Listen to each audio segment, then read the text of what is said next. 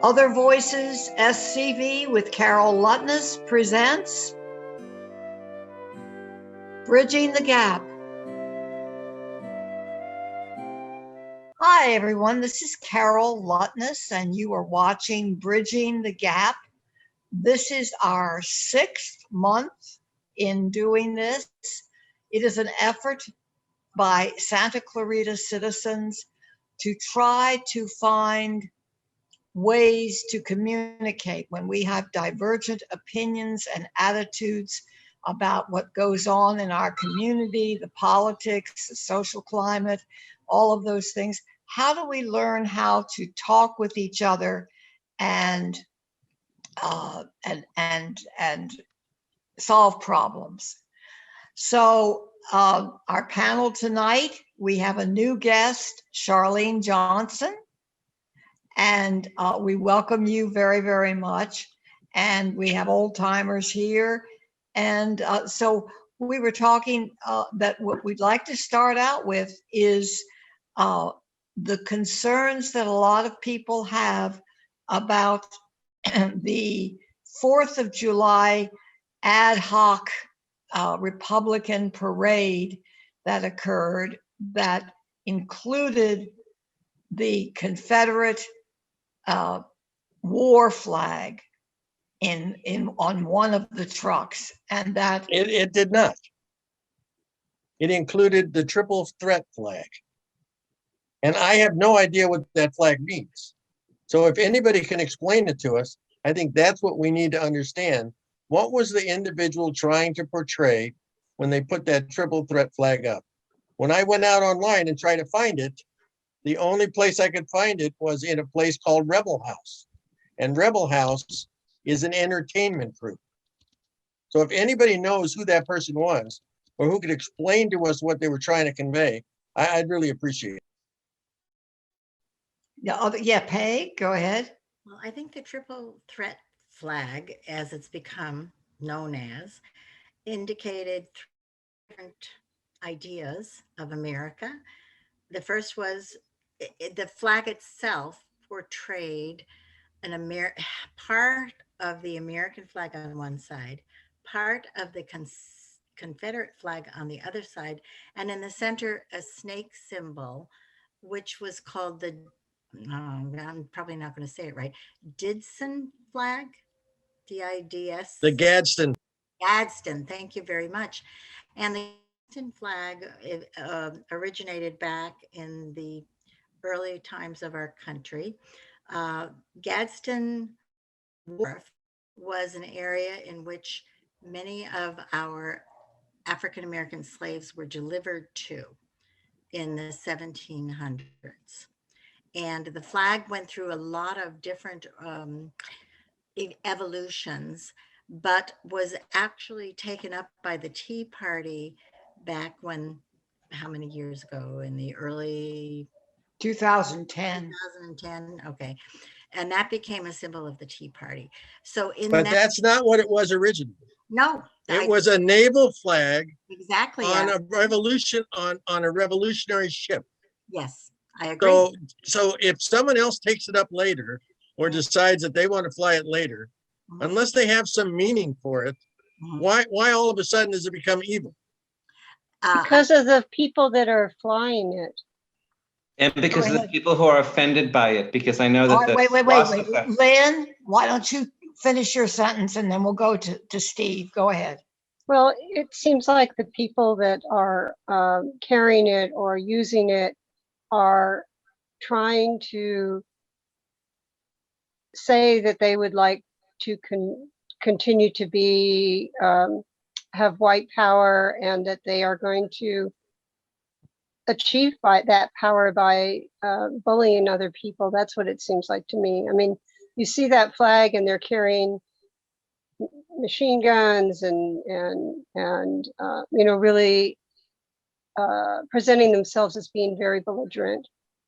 And it's sort of a frightening thing. That's why I didn't like hearing about it being in our community, because up till now, our community has not had that kind of politics where we're going to try to kidnap this the governor or, come in the back door with rifles or something into our state house. We haven't really had that kind of politics here. And that's just so close to civil war that I would certainly rather not encourage anybody that would promote that. That was my concern with it. Steve, what was your idea? Well, I was just gonna say that symbols and even our interpretation of things that are more concrete change over time. But as an example of a symbol, the swastika used by Hitler showed up in cultures. It's a very simple symbol, but it's very offensive to many people. It's outlawed through Europe. It's not outlawed in the US, but it should be, and so should some other very disgusting symbols of racism. So that flag may have had very well-meaning origins, but it's not working today. Other people's Particularly other people's ideas. Well, I think that's that's the part of symbolism I wanted to bring up because it's nearer and dearer to my heart. If someone turns around and shows you a swastika in the United States, you immediately think of Adolf Hitler, and you immediately start thinking of all the terrible atrocities that were committed.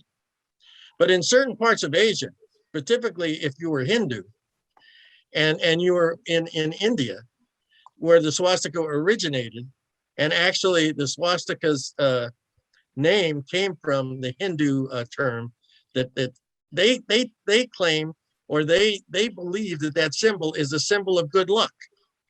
So that's why I wanted to talk about symbolism, because depending upon where you are and depending upon who you are, the symbols change meaning. And one of the things that we need to be able to do is not necessarily accept it and say, oh, it's wonderful.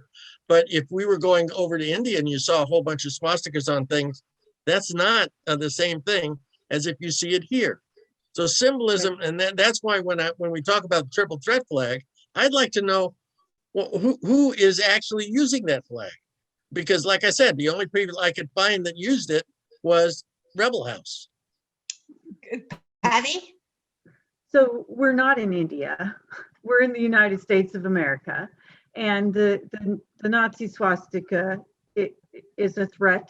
It is a symbol that's very offensive to most, except to white supremacist people. And the Confederate flag, so surely it was a triple threat flag, 3 images, partial image of the American flag, partial image of the Don't Tread on Me Gadsden flag, whose symbolism has evolved over time, and the Confederate flag. But merging those 3 together on July 4th of 2021, 1 year after George Floyd was murdered and started the Black Lives Matter, or revived the Black Lives Matter movement in the United States of America, I don't think we can kid ourselves what it means. And what's important is what it means to most.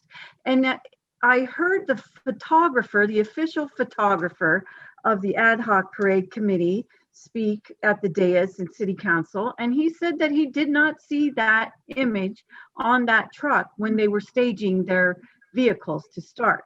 So someone put that up after they started out. That to me implies that they knew it was sneaky. They tried to sneak it in. They knew it might. I'm assuming that it's always a risk when you assume, but I mean, it stands to reason that it wasn't put up in the beginning out front, transparently, proudly. It was so, and what we have to be honest about is how people feel about it in the here and now. And the Confederate flag is the flag of treason in the United States. It's a flag that represents enslavement of African Americans in our country. And then once the slaves were freed, then the Jim Crow laws that continue to suppress African Americans. So, I mean, let's not kid ourselves about the degree of offensiveness. So even if it was only 1/3 of the image on that flag on that vehicle, it was offensive to many. And let's not kid ourselves what it represents. Okay, other ideas, other people, anyone who hasn't spoken yet would like to speak? You know, I was just thinking about what would happen if things were reversed, like the hammer and sickle, right? So Right. if I were to go to the parade with a flag that had a hammer and sickle on it, what would happen? You know, Yeah. I do know that in the 1950s, when there were all those House Un-American Activities Committee meetings, that like we know about the movie industry and what happened there, but in the art community in Los Angeles, I know because I did some research on this some years ago. There were art galleries where LA City Council Commission would go in and just remove paintings. And there was one painting of a sailboat that had what looked like a hammer and sickle. And the guy was dinged somehow on it. Yeah, maybe he had to go to city council meeting. But basically he explained that it was just the logo for that type of ship or something like that. It wasn't even a hammer and sickle, but it kind of looked like it. So we do get crazy over these symbols, but the ones that are really, really, really clear and offensive to people, we just ought not use. And things, like I said before, things just change over time. I mean, if I use the word Negro in a sentence talking about African Americans, it'd be wrong. If I use the word, tranny or something, these are offensive terms to people, and we just have to stay up to date. Even the LGBTQ term is going to be going out in favor of something else.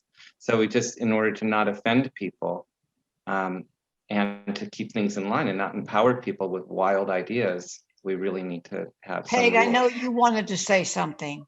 I do. I didn't bring this up to condemn anything. I brought it up because one, freedom of speech allowed the flag to be present.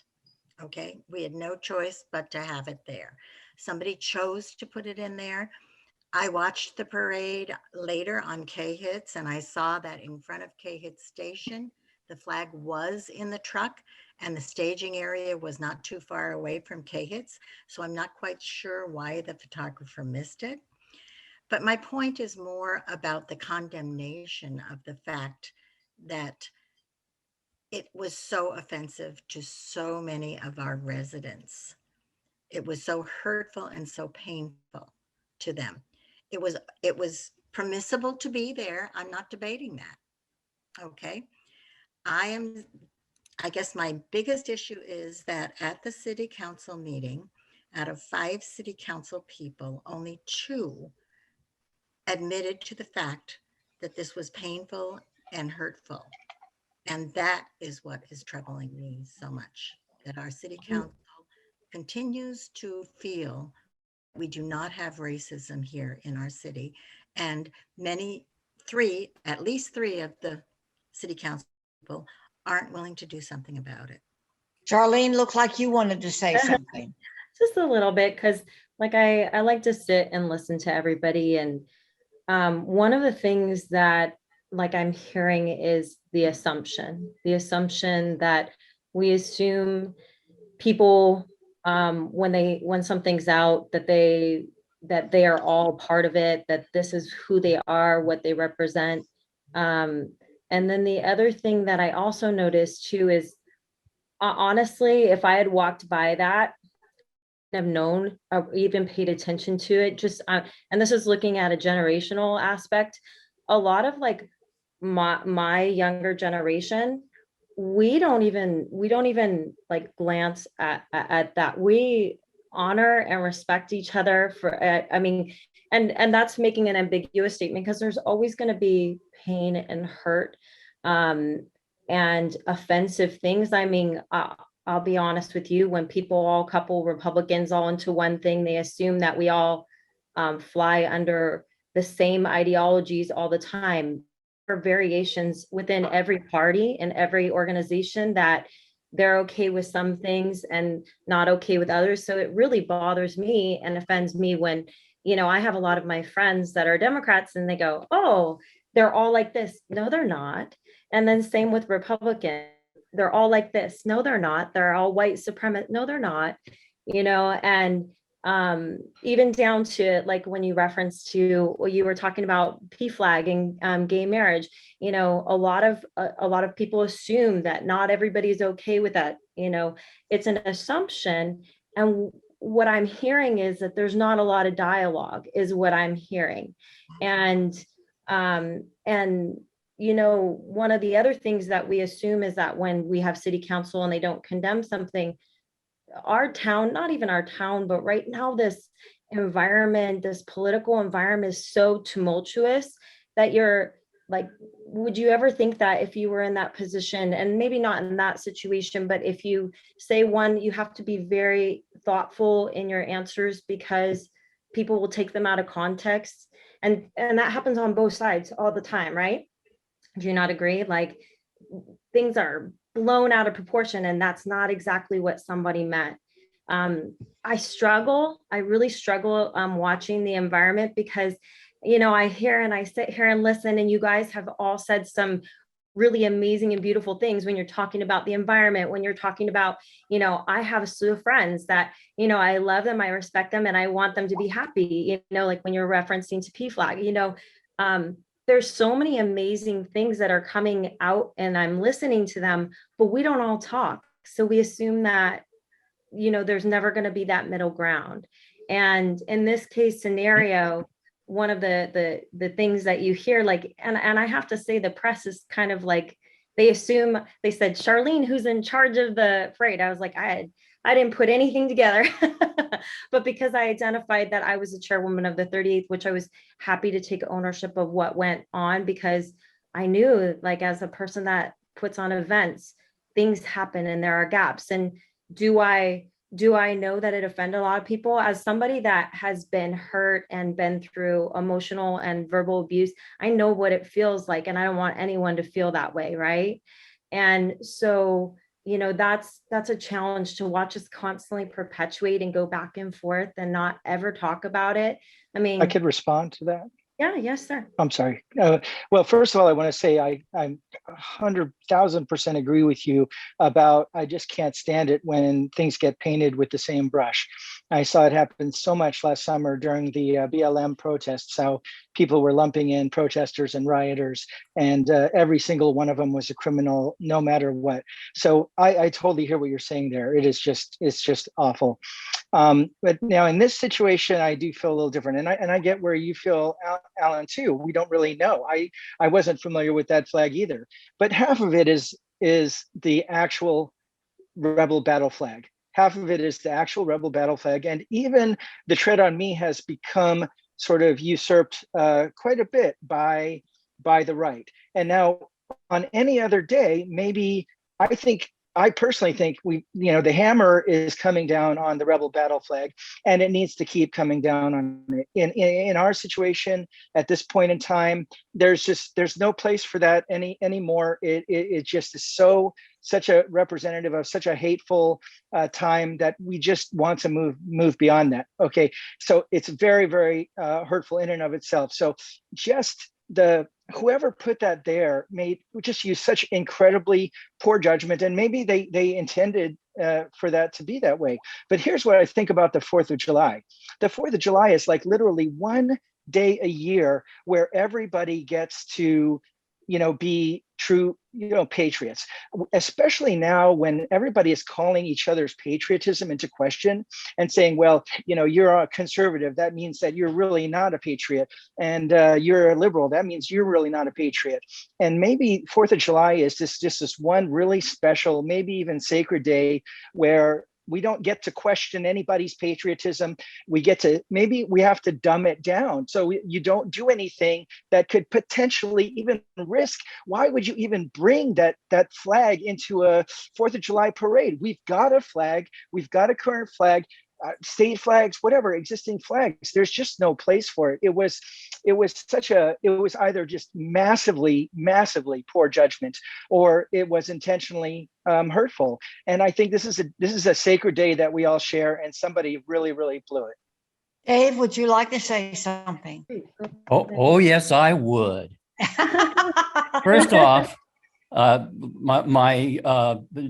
you've heard before. I don't believe in the two-party system. I believe the two-party system is an example of a broken democracy. I'm a socialist. Okay, I have to leave now. Okay.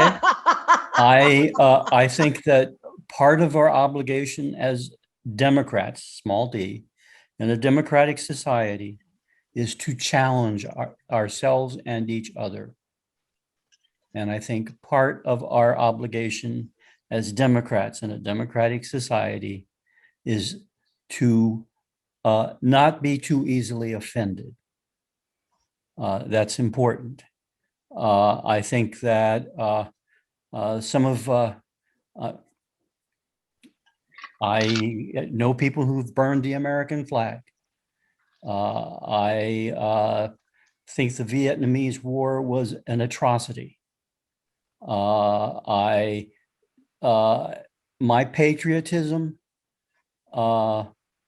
is colored by my awareness of American history. And if you don't keep in your mind what happened in that neighborhood in Tulsa, Oklahoma, and what happened in Wounded Knee, and what happened to the Scottsboro boys, and the what happened, Chinese, what? and the Chinese. And the Chinese exclusion acts and the lynchings that went with it, and the Zoot Suit riots. Yeah. If you're not aware of that, then your patriotism is incomplete. That's what I think. Any other comments? One of the things that I thought was really phenomenal that I just heard both David and Duncan say was, on touching on what you said, David, about resilience. And that's one of the things that I think that we lack in teaching our youth and anybody, that we do talk about how someone offended us. And I think that all of us at some point in time have been offended tremendously by some assertion. And we need to be able to coach and teach each other that it's going to happen. We don't have the ability to control everyone else, but we do have the ability to say, I know who I am. I know that I care about people and I want to make a difference, and you're not going to hurt me. I know it's so childish to go back to the ideology of like sticks and stones will break my bones, but words will never hurt me. Like, there are a lot of people that no matter what we do, they will never be nice to us. I've come to that conclusion, and I'm a big people pleaser, and I've had to try to navigate that. It's hard for me because I want to make everyone happy. But we do need to raise our youth with the idea that you are beautiful. You are, I don't know if you've heard this, you are smart, you are beautiful, and you are important, and you have purpose. And I think that that's something that we need to remind everybody. On the same thing that you said, Duncan, I totally think, when you look at that flag, was it a misjudgment? Yeah, I have to say, like, in this frame, it might have been a little bit like, for some people it would have been really offensive. But the symbolism, just so you know, the symbolism behind it is to a symbol of unity, acknowledging the merging of two sides to create the America that we know today. Granted, for different people and different perspectives, that's very hard because there is a lot of pain in the past. And, we think about, the term of progressive, right? Progressive is to move forward. And so, if that offended people, and this is kind of like what I said at City Council, that I think would have been very important, is for us to be able to come together and have that conversation and not just look at the symbolism, but what next? What do we do? What do we put into action that really makes everyone feel valued, heard, listened to, and respected, and not resurrect, pain from the past too. Charlene, Let do you me really speak. feel like it's symbolizing the merger of Confederacy and the Republic? Do you really feel like that's what that flag is symbolizing? That's what it's supposed to mean. But again, remember, like what Alan brought up, symbolism means so many different things to different people. Different people. Yeah, but I was kind of asking you if you feel that way. In that sense, I don't know, what I take from it. I like to really take in everyone's perspectives on that. And I touched on this a little bit earlier, but if it was up, I walked right by it because I didn't even see it. It didn't even resonate with me. It wasn't wasn't something that, But I even with looked all due for, with all due, I mean, sorry to say, you're not Steve has everybody. been waiting And to so, talk. yeah, I mean, I appreciate that that's how you feel, but yeah, I each mean, of Wait us a is this is a minute, just wait, flag, one wait a person. minute, Wait, wait a wait, minute. wait, Whoa, one whoa, at whoa, a, whoa, wait, whoa, wait, whoa, one at wait a time. Al, what would you like to say? Wait a minute. You know what? That's the problem. And actually, when I was at the city council meeting, the thing that triggered me the most was when our friend from the NAACP got up and said, everyone should be offended by that. And just like I tried to explain to you, in symbolism, as horrific as the swastika is, there are people that don't view it that way. And when you go down south and you go to the southern states, you'll find they don't call it the Civil War. They call it the War of Northern Aggression. And if you don't start understanding that other people had different ideas about what the war was about, then all you're going to do is espouse what you think is the situation and never learn a thing. So it could very well be that and I know that there are some people in the South that believe that flag represents Southerners. So I can see very easily how someone could say, oh, well, that's the American flag was the North, the Confederate battle flag was the South, and don't tread on me means don't mess with the two of us because we're together. But you know what? Until the Civil War, I until wouldn't the do Civil that. Wait, War, wait, one at a time. Go ahead. until the I Civil would War, not. the American flag was their flag too. I would not have flown that flag. I don't own one of the Confederate battle flags. I think it was in poor judgment to do it. I agree with everything that you've said. But what I don't agree with is that all of a sudden you believe that because it offends you, it should offend everybody in the whole world and not understand why it might That's not what not. I said. That's not what I said. What I said was that because it doesn't offend Charlene because she passed right by it without even noticing it, doesn't mean that that was everyone's experience. And of course, I know you know that, Charlene. So, Lynn, you were gonna, but Lynn, you were yeah, gonna say that's something. what I said. Lynn, you were gonna say Steve something. has been trying to get in. Who? Go, Steve. Steve, Okay, So, but Lynn, I no, think I pretty honey, much, you're not I paying pretty much attention. did. okay, go ahead, Steve. So going back to Dave's comments about tribalism and Alan's comments about culture, I think that when we step into other cultures, we pay attention to what they do, what their symbols are, what their.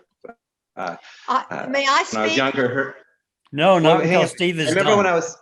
I was a kid, hearing that when you go to Japan, you're supposed to belch after every meal, and I don't know if that's really true or not. But if I were to go to Japan and someone were to belch, I'd go, "Oh, that's what they do." I wouldn't go, whatever nasty word I was just going to say. I wouldn't like slug the guy in the mouth. So we know that, and I do know that I can tolerate things that my more conservative friends will say or do to some extent, like the N word I won't deal with, or if my patients come in and they start ragging on, using the N word, I make a point of talking about racism. Anyways, but tribalism, when we look at neurochemically what goes on for our tribe to survive, whether our tribe is liberal or conservative or Christian or Jewish or Muslim, whatever our tribe is, we have certain beliefs.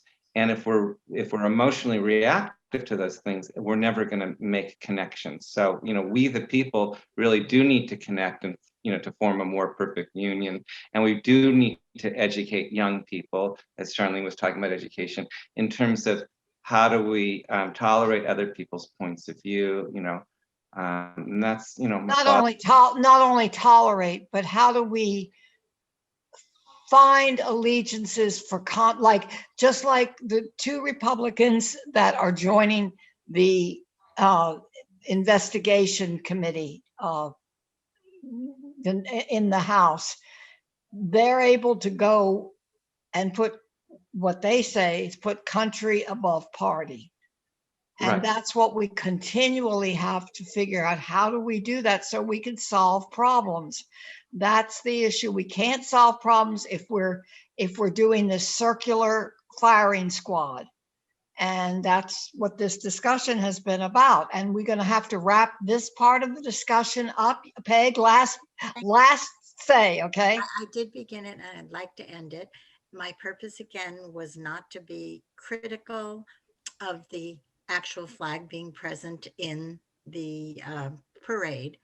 My point was that we have a city council who is supposed to be representing all of the people in our community.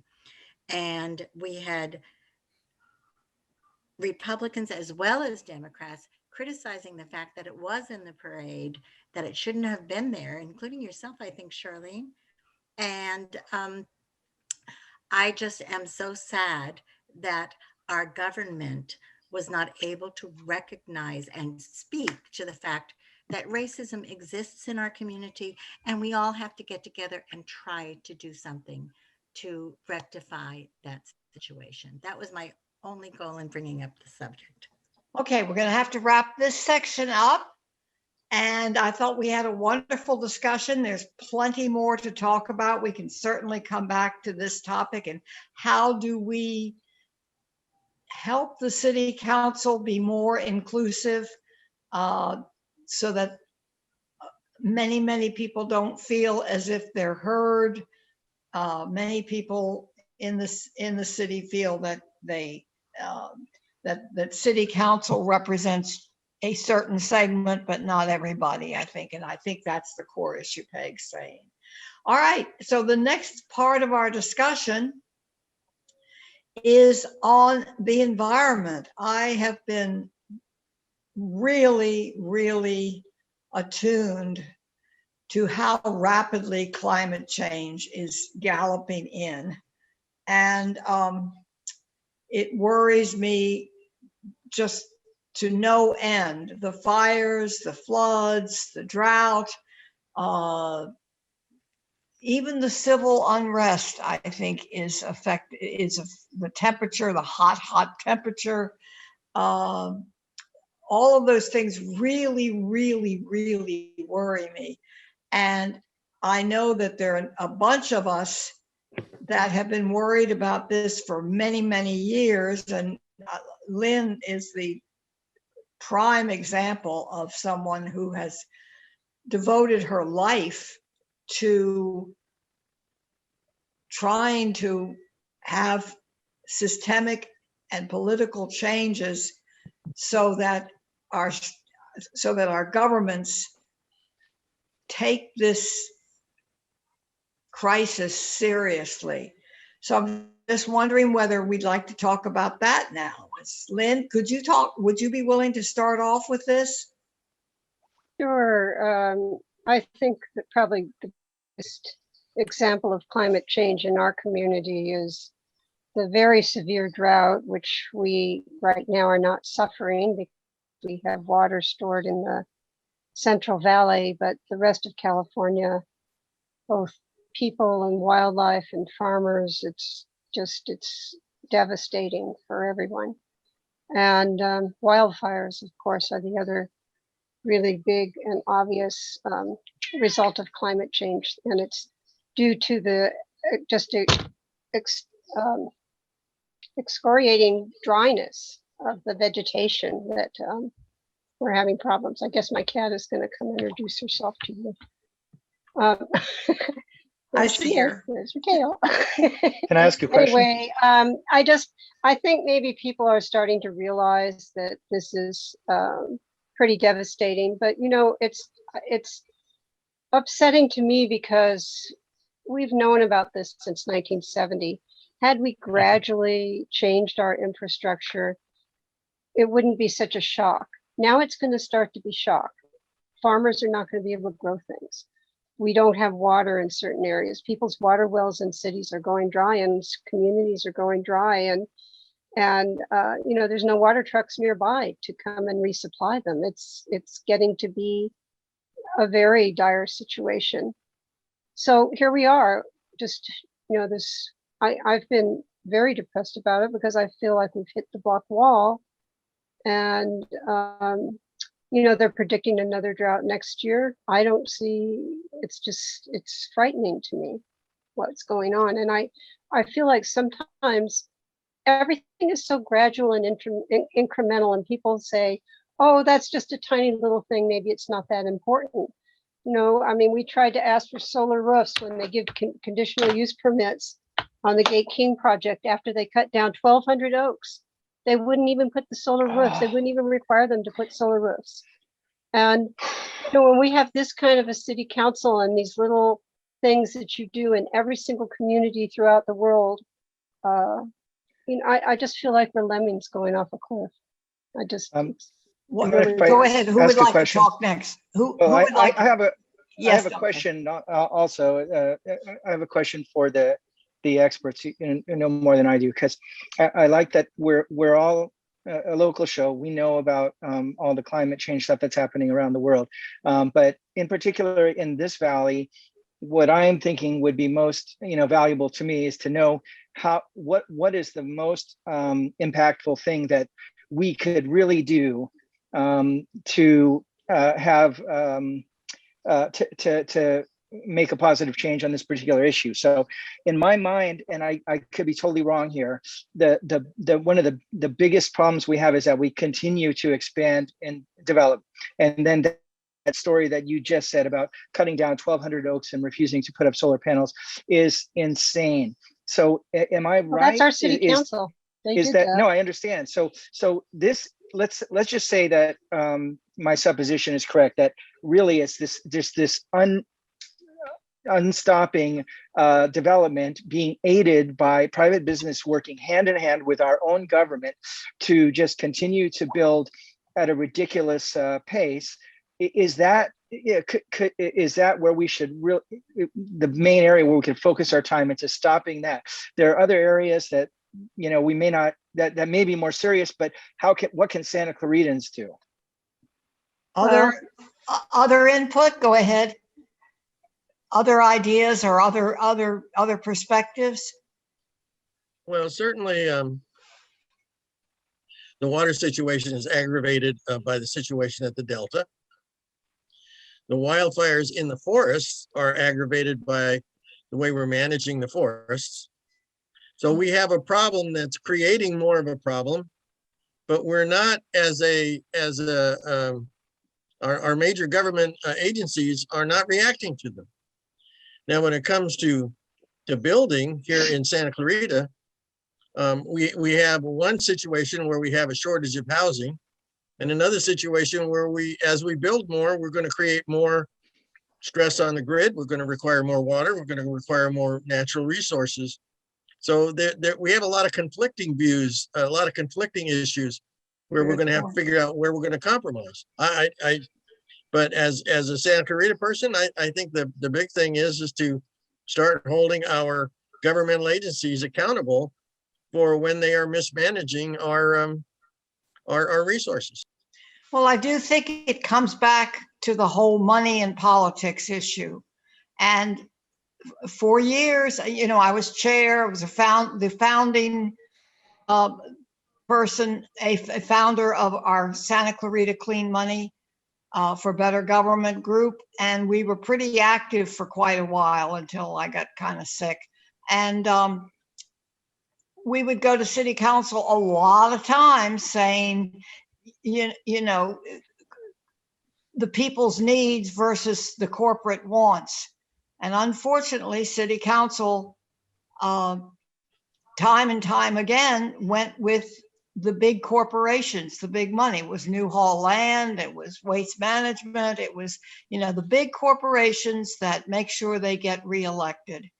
And unless we really take money and politics seriously, we can make these little tiny changes, but our voice is not heard by that. That's my impression about our city council. Our voice, we are pretty much a pain to them. Oh, there they are. We got to listen to them. We got to sit there and listen to them. While yes, of course, we're going to make sure that you get what you want. So that's my perspective of the basic core issue on our level, on the state level, on the national level. the fact that gigantic corporations have hijacked this government. Doesn't Our have to be, government. doesn't have to be giant corporations. It can just Yeah. be profits before sustainability. Well, And it that's has to Exactly. do with money controlling politics. Now, my Mhm. solution is a 50% tax on all campaign contributions to go right into the general coffers. Peg, what were you going to say? Just a question for Alan. Why do we have a housing shortage? Because of more building? More, and for whatever reason, needing more companies here? Have we not got enough, and can we not stop? I don't know. Well, that's a good question. And I think all you got to do is go down to the valley and look at all of the people that are not housed. And how do you stop people from coming? Although California seems to have done a fairly good job recently, as more people have left than came here, and we're losing So how do a we have a representative. housing problem where we have more people have left than came here? I don't What How know. do I'm we have curious a about- housing what I'm problem when we curious have about is, 95,000 empty Wait, units let in Lynn Los fin- Angeles? How many, how do we have, let me just finish. How do we have a housing problem with 95,000 empty units when people build ADUs and convert them to Airbnbs? I mean, my solution to the housing problem is start forbidding Airbnbs and ADUs and all those empty units. There should be a huge tax on empty units. People should be able to live in the units, not hold empty units for investment purposes. I mean, part of what's going on here is we commoditized housing, and now people are using housing for investments. Before, we used to use them for homes. And the unhoused, they need services. They need alcohol treatment and drug treatment and mental illness. Lynn, some need. Some need, About right? 35%, 35% of the homeless are working poor. They Right, get right, up right. every day. Yeah, sorry, Yes. sorry, I should have put the Okay, right percentage. so Mentally yeah, ill, right. some are substance abusers, and a great preponderance of them are single women who fled with their children, or working poor, security guards who go out every day and sit at an office building, making sure you're safe. So don't, that's another assumption of all homeless people are addicts, Yeah. I didn't I'm mean also- to say that. I meant I'm to also say the curious 70%. how the homeless people in the valley are going to afford the $1 million home. keep Yeah, they're building up not. here. We never have. That's a good question. I'm curious how my We have- children are going to afford a This home. city gets Charlene, around question. building housing for low income people. Yeah. When they build the housing for computer teachers, computer geeks and teachers, we would qualify for the upper level of what the state considers low income. Well, as a computer geek, I was barely able to afford to move up here. Barely. I tell you, Charlene. So Go ahead, Charlie. one of the things that, because before I worked in the county office, I've worked in the city, and one of the things that I don't think like everybody knows or understands is who has jurisdiction over what, right? So who approves the planning process? We make the assumption that everything's city council or everything is the state, when be the county. And I do know that right now with the county, Los Angeles County, a lot of people are looking on the outskirts of Los Angeles County because they're in a 3 to 5 year permitting process. All of the houses that in terms of developing parcels of land in more of the unincorporated areas, everything in terms of fees for septic, for well, for anything have gone up tremendously. So exactly like when you were saying, I think it was Steve that said, how are my kids going to afford, to buy a house? I have two different people that I know, their adult children that are in their 30s are living in, putting away money because they simply can't, afford that. I think there's so many layers to why we have a housing shortage. There's so many layers, especially when you're talking about to the homeless crisis and what's happening, and trying to understand who's in charge, what they should be doing, and how do they execute on it, and who do we hold responsible to make it happen. It's very easy for us to couple. I can't tell you, when I was working for the county, how many people would call and what they were calling for, we had no jurisdiction over. It was a state matter. So then you'd have to send them to a different office, or you'd have to send them to a different department within the LA County, because it wasn't managed with that. So I think it's a really, really great topic to talk about. And also, to what Lynn was saying, there are things that we need to be cognizant of, that are going to affect us environmentally. And that's another thing that we need to come to terms with. Duncan made this very valid point. What can we move the needle with? There's so many things that are thrown up on the wall that are like, I really want to champion this, but we have to really be honest with ourselves and say, what can we move the needle with it within the next 5-10 years? And I know that sounds like a long time, but it goes by so quick. And be realistic about it. And budget wise, do we really have that infrastructure to do that too, as well? Right. And a great place to start would be, like you said, we don't even understand the process. There's people who are active. There are people who are reasonably intelligent, like myself, I think, and who really doesn't know. So my liberal brain always wants to go, Newhall land is evil, and our politicians are complicit because they're getting, and I don't know, that could be true, but I don't really know. I want to know how the process works. All right, I really Duncan, do. I'll help you. You want to build a new single family dwelling in Santa Clarita? You Yes. start out with $100,000 worth of permits and connection fees.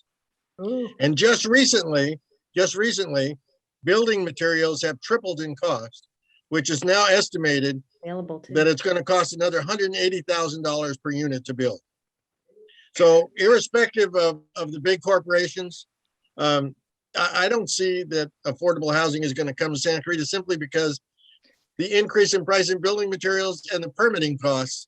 But if you don't mind, if I just push back on that a little bit, because you're absolutely 100% right about that. But this is an that has been gone back as long as but long before I was here. This is an issue that is all over the country, all over the world. There's this tussle between, builders and the politicians who allow builders to do what they do, and what the real needs of society are. And so there's a bigger and a more long-term issue here that I'm trying to understand. I totally get what you're saying. What you're saying is exacerbated the current issue, but not. Well, I beg to differ with you, because when I first started tracking this on the Canyon Country Advisory Committee, it was $60,000 worth of permits and connection fees. Today, it's $100,000 worth of permits and connection fees. Wasn't 60,000 Al, a lot that of has money nothing back to then? do with big corporations. What did you want to do with without connection to the water system, connection to the sewer system? All those things cost money. Fire department protection. What did you want to do without to reduce your fees? And if when you first started was 20 years ago, everything has doubled. I mean, we have had terrible. They say we haven't had inflation, but everything's gone up. The cost of everything has gone up. Well, I'll tell you, if you want to know what we can work with, it would really be nice if we had a standardized building plan, to where we didn't have to go through the whole permitting process, that it was approved initially, so you can say, I'm going to plunk one there. Of course, now most people don't like the idea of having cookie cutter developments, but right now, every single home and every single development is considered as a unique thing, and therefore has to go through this entire process. And so that's a possibility, but I just don't. It's not because Newhall Land is creating this situation. It's because our city government has created this situation. Bought and paid for by Newhall Land. I want to say something. I'm sorry. So I think there's an elephant in the room that we're not talking about. And just like Dave got to share what he believes is the answer, I think this. I grew up 1 mile south of Beverly Hills. I think Beverly Hills, we could say in the 1960s, was the standard bearer for high income, okay? But my dad was just a CPA. My neighbor across the street, my best friend's father, drove a pie truck.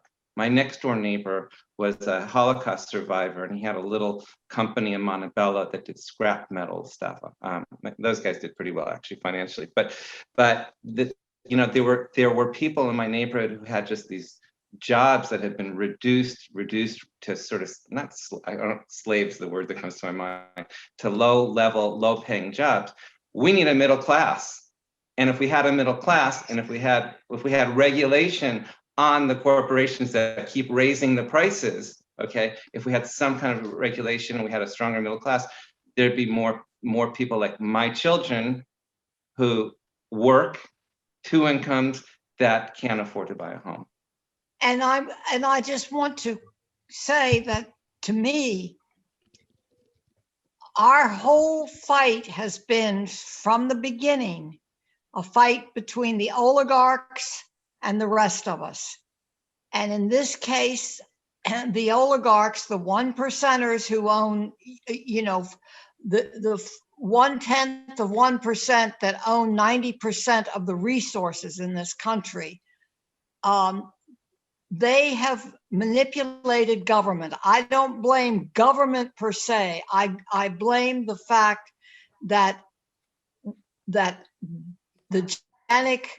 the oligarchs, the rich, the multi-billionaires have no interest at all in paying taxes. Why should I have to pay taxes? And you know,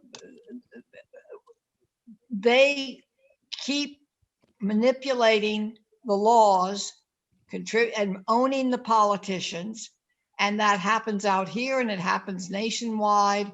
And so I just think the issue is we have to recognize that this fight we do not really tackle this until we stop fighting with each other about silly social things, you know, gods, guns, and gays and all that kind of crap. You know, we stop blaming each other and finger pointing at each other, and realize that we are victims of being hijacked by the ultra rich. We always have been. And so that's my perspective. Well, Yeah. someone started out by asking about whether we thought there was really a housing crisis. And here's my take on it. You know, my mother died a year ago, a little over a year and a half ago.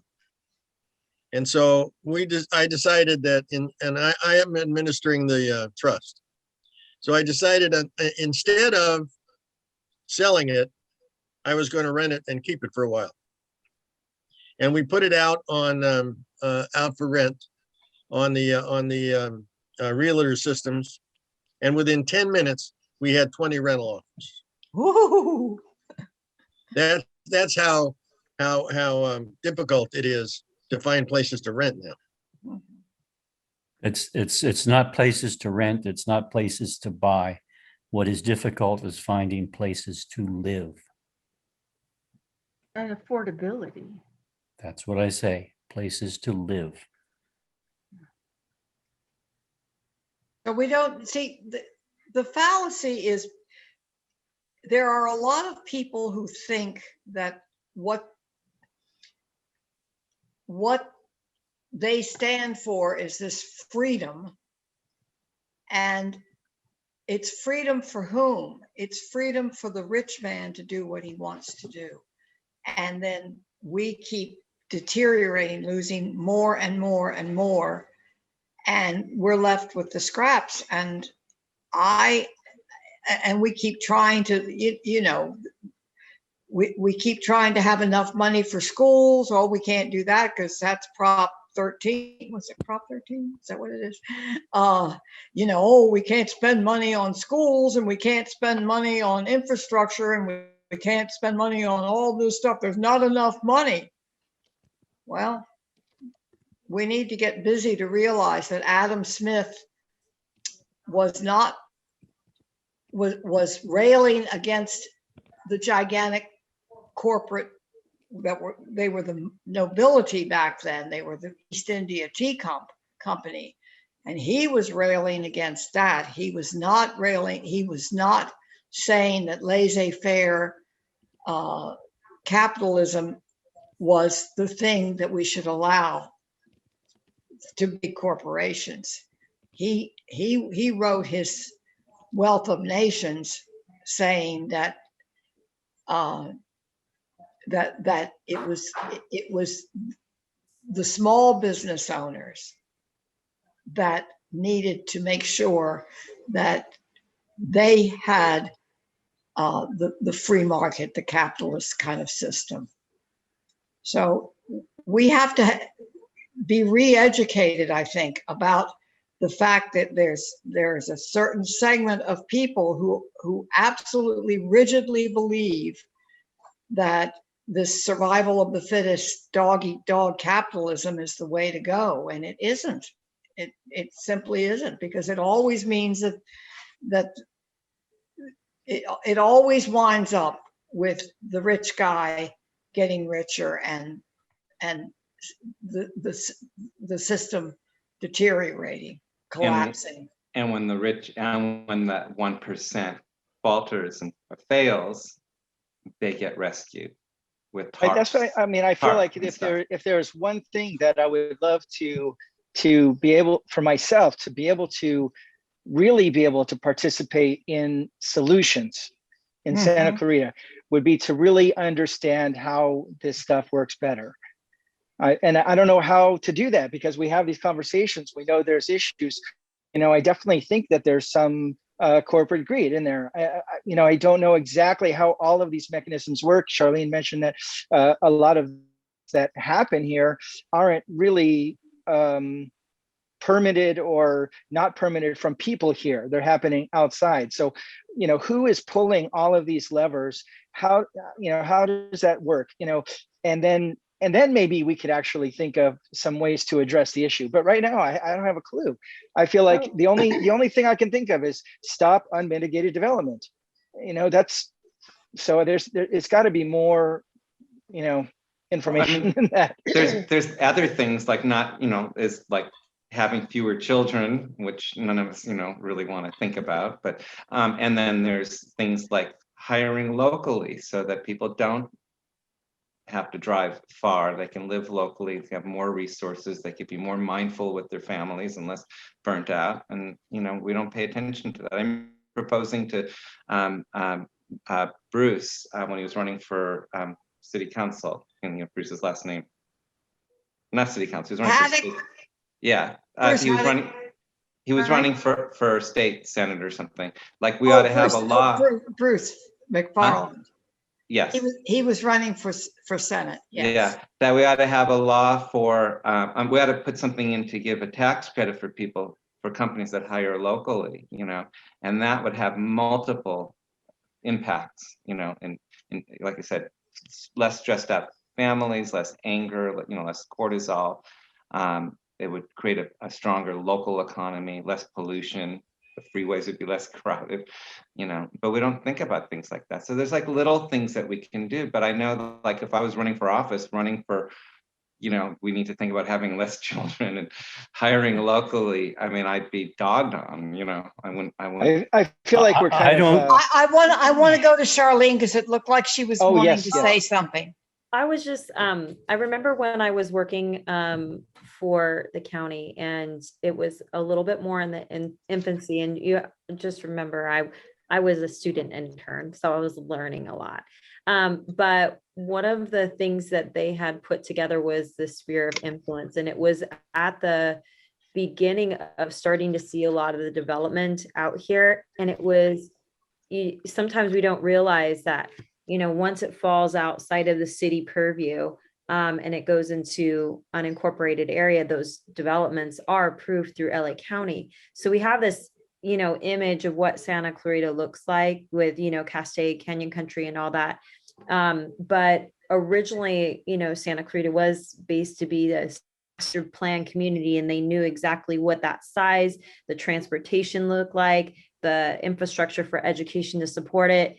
And then there was a lot of this outskirt building. And it was in 2000, I believe, when they started that sphere of influence to have that dialogue work more cohesively together. So again, going back to that, there's all these multi-layers, when it comes to the development side, and maybe one person or one organizational body does not have that complete ability to demand or be a part of that approval process, or that awareness piece, because I know that was something that has come up. And I know part of the conversation piece right now for a lot of residents is what the 5 is going to look like with the 126 development too. Right. How is that going to impact the transportation system? Because we do have a commuter community, and how do we build a little bit more of that infrastructure in terms of economic development for,